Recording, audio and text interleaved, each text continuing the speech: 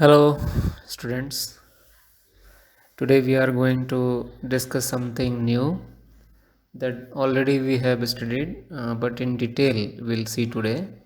That is type of transport by cell membrane.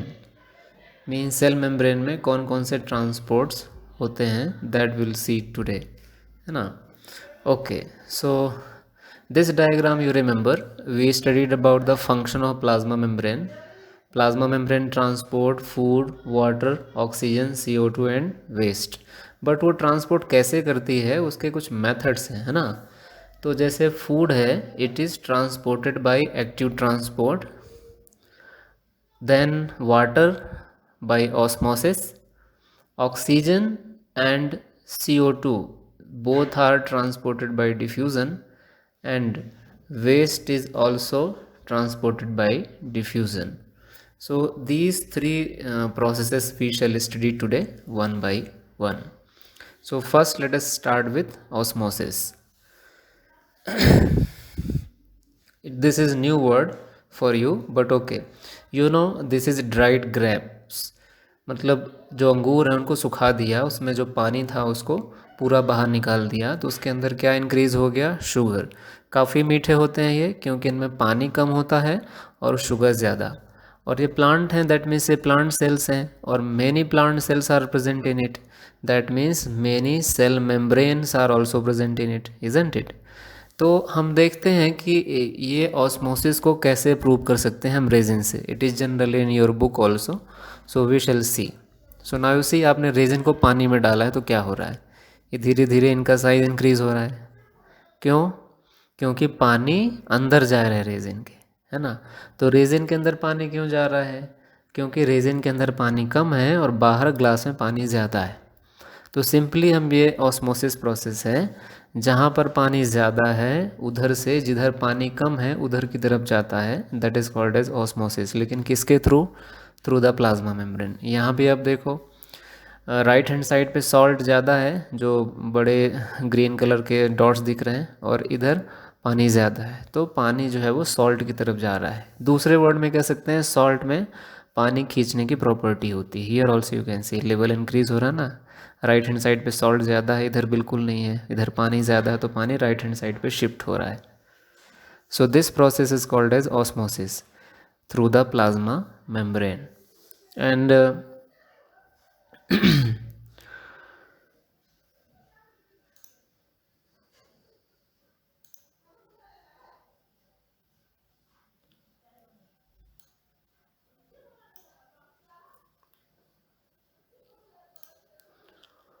I think you have understood it. So let us see the importance of osmosis. Osmosis का plants के लिए बहुत importance है. Plant के roots जो water absorb करते हैं वो ऑस्मोसिस से होता है. प्लांट्स की लीफ में जो स्मॉल टाइनी पोर्स होते हैं जिन्हें स्टोमेटा कहते हैं, they are also open and close by the osmosis process only. Okay, so one question is given. आपको इस डायग्राम को देखना है. इसमें दो बीकर हैं, बीकर ए एंड बी. दोनों को एक हॉलो पाइप से कनेक्ट करके रखा है और बीच में प्लाज्मा मेम्ब्रेन लगी है. दोनों में इक्वल क्वांटिटी वाटर है, 1 लीटर 1 लीटर. लेकिन बीकर बी में हमने थोड़ा सा सॉल्ट मिला दिया है, 50 ग्राम. नाउ आपको पता लगाना है कि पानी कहाँ से कहाँ जाएगा, ए टू बी में कि बी टू ए में. This is the question for you. आप चाहें तो पीछे वाला पार्ट फिर से देख सकते हैं, and then you can revise it. Okay, now second process, diffusion. तो डिफ्यूज़न प्रोसेस जनरली गैसेस के लिए होता है. आप देखो, एक कॉर्नर पे गैस के पार्टिकल्स थे, वो पूरे कमरे पे बिखर रहे हैं. फॉर एग्जांपल सेंट या अगरबत्ती एक कॉर्नर पे लगाइए तो उसका स्मेल चारों तरफ चला जाता है through the air particles, right? And plasma membrane के थ्रू भी चीज़ें डिफ्यूज़ हो सकती हैं. मीन्स जहाँ हाई कंसनट्रेशन है केमिकल का, स्पेशली केमिकल और गैसेस, वो किसके थ्रू मीन्स ट्रांसपोर्ट होते हैं?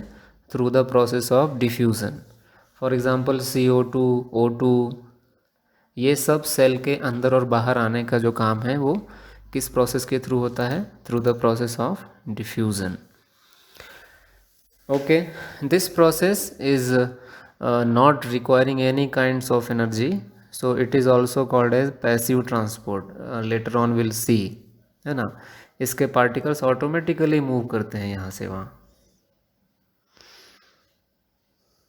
Okay, you can observe it.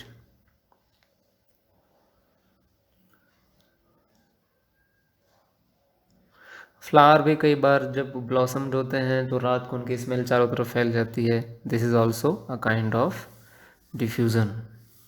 Okay,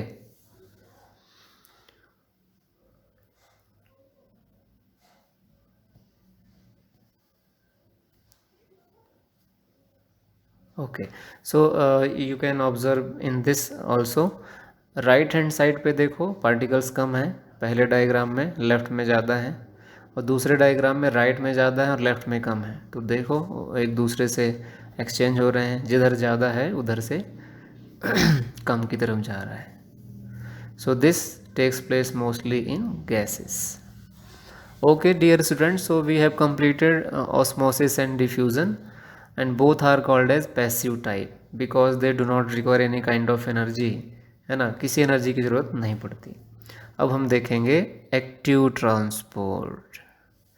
बहुत गौर से देखेंगे इसे, आप देखो राइट हैंड साइड पे बहुत कम है, लेफ्ट पे ज़्यादा है, लेकिन धीरे धीरे क्या होगा, राइट पे बढ़ जाएंगे, लेफ्ट में कम हो जाएंगे, फिर भी वो राइट पे जाएंगे।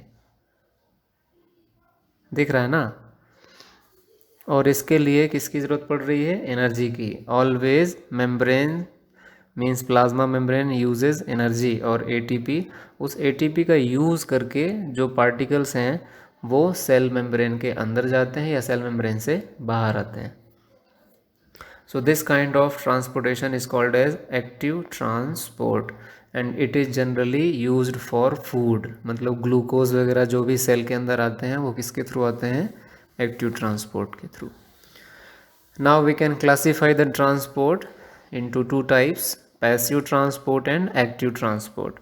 पैसिव ट्रांसपोर्ट इसको ऐसे समझो कि अगर मान लो नदी बह रही है, उसमें किसी चीज़ को फेंक दो तो नदी के पानी के साथ बहता चला जाता है, उसको कोई एफर्ट नहीं करने पड़ते। ऐसे ही ऑस्मोसिस और डिफ्यूज़न है, वो फ्लो के साथ बहते हैं। But active transport it is just opposite, concentration के अपोजिट जाता है और उसमें हमें एनर्जी की ज़रूरत पड़ती है। Okay, now let us see next topic today, that is cell wall and its structure and function. Cell wall, you remember it is present in plant cells. सो देखिए प्लांट्स में भी सेल मेम्ब्रेन होती है, बिना सेल मेम्ब्रेन के तो कोई cell हो ही नहीं सकता। लेकिन प्लांट्स और कुछ और भी ऑर्गेनिज्म में सेल मेम्ब्रेन के साथ साथ एक सेल वॉल, वॉल पता है आपको, दीवार जैसी कुछ चीज़, means it will be strong, नाम से पता चलता है। So it is also present. So we will see its structure and function today. पहले ये देखें कि किस में होती है सेल वॉल। तो प्लांट तो आपको पता ही है, plants are having the cell wall, but apart from the plant this cell wall is also present in bacteria. Bacteria में भी सेल वॉल होता है, और जो फंजाई हैं उनमें भी सेल वॉल होता है। फंजाई जैसे मशरूम जो हम खाते हैं वो फंजाई है, यीस्ट भी एक तरह का फंजाई है, और मतलब फंगस जानते होंगे जनरली आप लाइफ में, हम नेक्स्ट चैप्टर में पढ़ेंगे, है ना। ओके, सो लेट अस सी सेल वॉल। सेल वॉल के थ्रू वाटर, फूड, गैसेस और वेस्ट बिल्कुल फ्रीली अंदर जा सकते हैं। सेल वॉल किसी को रोकता नहीं है, it do not create any barrier for the transport of food, water, gases और वेस्ट। लेकिन वो सिर्फ कहाँ तक ट्रांसपोर्ट होते हैं, वो जो सेल मेम्ब्रेन और सेल वॉल के बीच में गैप है सिर्फ वहाँ तक, आपको दिख रहा होगा, है ना, वो एरो वहाँ से शो हो रहे होंगे। लेकिन उसके अंदर कोई भी चीज़ अंदर या बाहर होगी तो उसको सेल मेम्ब्रेन को क्रॉस करना पड़ेगा। तो जब सेल वॉल का कोई इंपॉर्टेंस नहीं है ट्रांसपोर्ट में, तो फिर सेल वॉल प्रेजेंट क्यों है, this is important question, right. So cell wall, तो पहले देखते हैं कि इसका स्ट्रक्चर क्या है। तो cell wall is made up of cellulose, है ना, सेल्यूलोज से बना होता है ये। सेकेंड थिंग, ये वाटर में बिल्कुल इनसॉल्युबल है, पानी में घुलता नहीं है। सिंपल देख लो आप, wood, wood is nothing but cell wall only, जो लकड़ी हम यूज़ करते हैं। और इसमें कुछ और भी मटेरियल प्रेजेंट होते हैं लाइक लिग्निन और कुछ फॉस्फेट मटेरियल जो उसको और स्ट्रॉन्ग बनाते हैं। इसका फंक्शन क्या है फिर, वॉल से ही समझ में आ रहा है कि चीज़ों को रोकने का काम करती है। तो किसे रोकती होगी, एसिड्स को, वाटर को, पैथोजन को, हीट को, कोल्ड को, कहाँ आने से, प्लांट के अंदर आने से। Okay, and it is giving mechanical support to the plants.